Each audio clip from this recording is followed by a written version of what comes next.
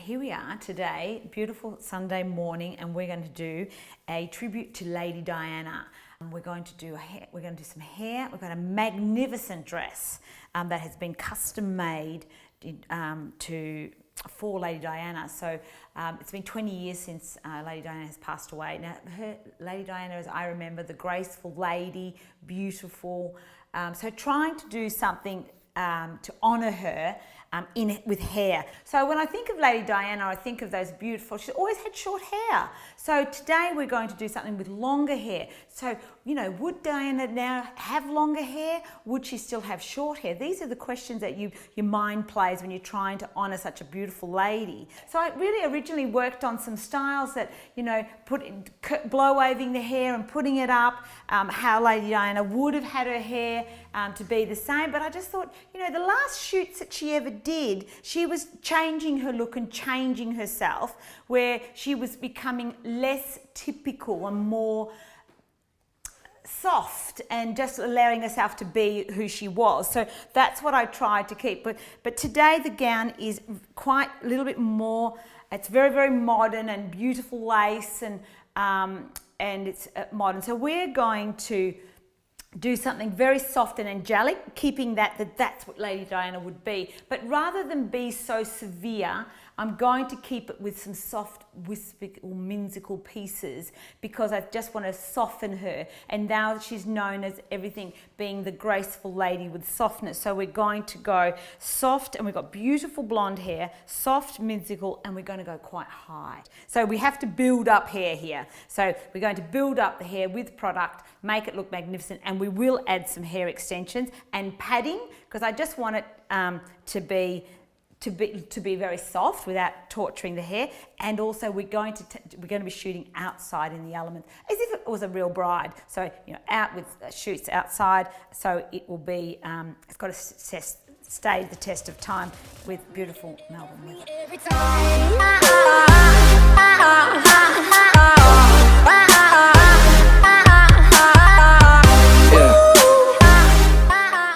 One of the most important things with creating a beautiful style is about foundation. So foundation is everything.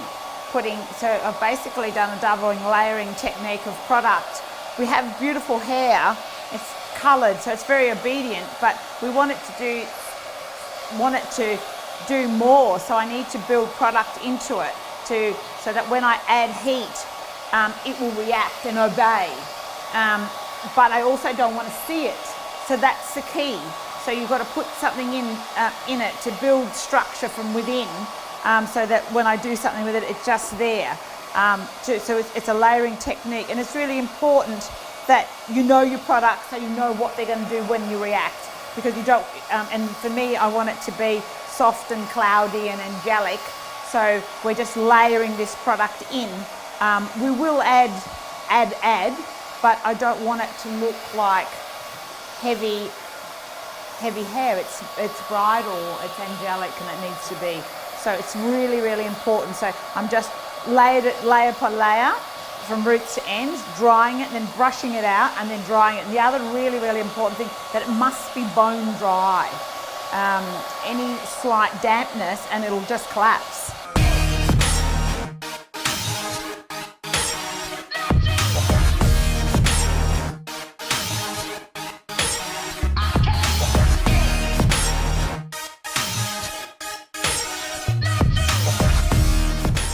What we're doing now is we're prepping the hair after we've double producted it, and we're doing a tonging technique. I call this a French tong technique, and it's just a way of curling the hair so it curls from within out.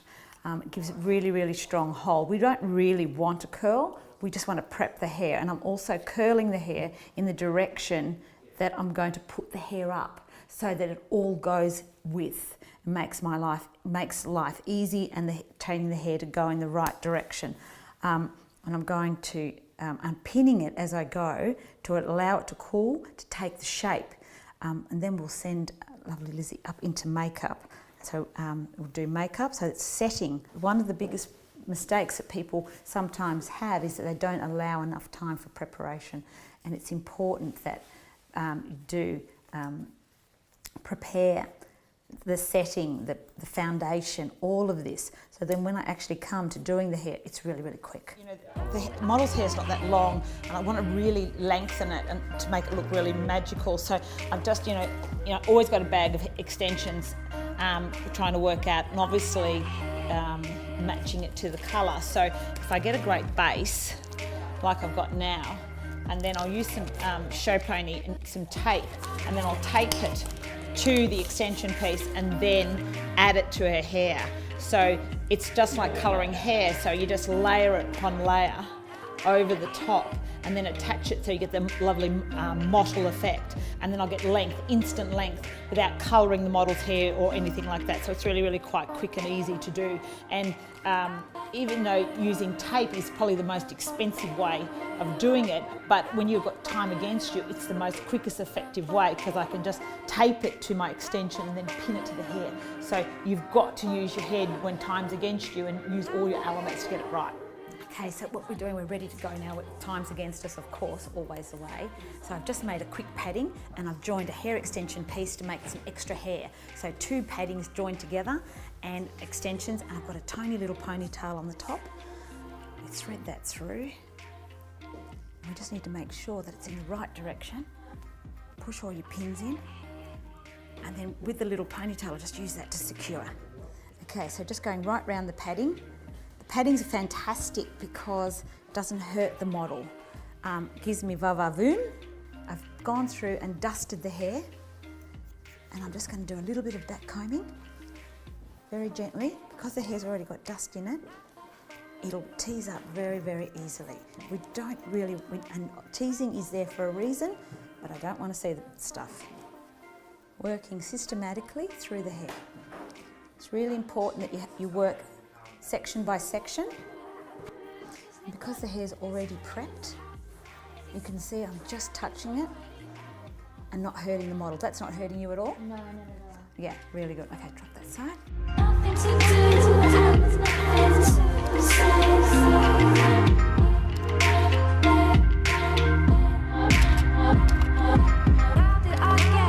Okay, so we've got a beautiful tiara on now. You can see it's really, really important. It's got a comb in there and little combs and clips. So it's really important that you pin it and make it secure, remembering that the bride on the day is going to do lots of bowing and kissing and all that different thing. The last thing she wants to worry about is that her tiara that's worth a fortune is going to fall off or move, because if it does fall, it will pull the hair apart and it'll be unrepairable because it's been set the way it is. So it's really important.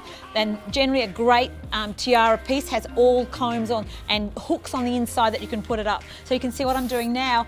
Sometimes when you've done hair, if you allow it to sit a little bit, which we are lucky enough because we moved from studio to set, the hair will settle, so you can go back and rework it. So don't think that you have to spray it to death. It's good to allow hair to sit and breathe and then go back and just rework it and work it over. Always really important that you use a workable spray is what's really, really important. And obviously we're on set and you can see we're fitting and spraying, and you can see I've left some soft angelic pieces.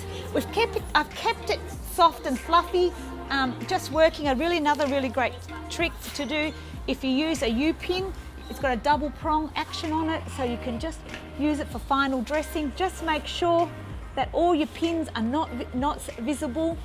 If they're visible to your eyes, they're visible on camera. So just be fussy, really, really important. I've got padding right in the top there, so I could add really long pins, and you can see I think she looks amazing, and you'll really get the whole picture of that when she's got her whole dress on, and you'll see how, because it looks really large, but she is magnificent, and I hope Anthony's happy.